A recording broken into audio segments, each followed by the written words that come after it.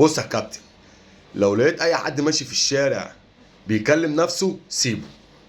سيبه يا عم، مالكش دعوه بيه، ده غلبان. ليه بقى؟ يعني غالبا هيبقى زملكاوي، وبالذات الفتره اللي احنا فيها دي. فلو لقيت اي حد ماشي في الشارع بيكلم نفسه، يا عم سيبه يا عم، زملكاوي. وانا عايز بقى اللي هو اللي عمل البرومو بتاع اشرف بن شرقي ده، انت كياد قوي يالا، وكتاب الله انت كياد. جايبين اشرف بن شرقي بقى يا جماعه، اللي ما شافش الفيديو يعني. جايبين اشرف بن شرقي ومركبينه مركب ومعدينه فلوكه في النيل، ومعدينه على الفرع الناري بتاع نادي الزمالك. والواد بقى ايه معدي بقى ايه، انا مش شايفك، فاهم؟ ولا حتى بص ناحيه النادي، وعدى وكده وتمام التمام. والواد يطلع بقى في الاخر الفيديو بعد ما جابوا له المازوره، وكاتبين بقى الدقيقه، يعني جايبين المازوره هم بيقصوا له البدله وبتاع عشان يلبسوه البدله. المازوره جايبين الدقيقه اللي جت فيها القاضيه، فاهم؟ بص تفاصيل الفيديو.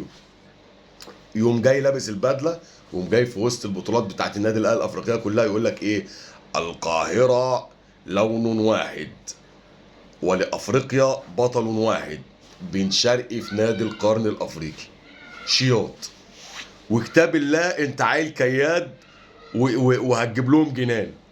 فلو لقيت حد تاني باكد عليه ماشي في الشارع بيكلم نفسه، سيبه، عشان ده زملكاوي. ابعتها له.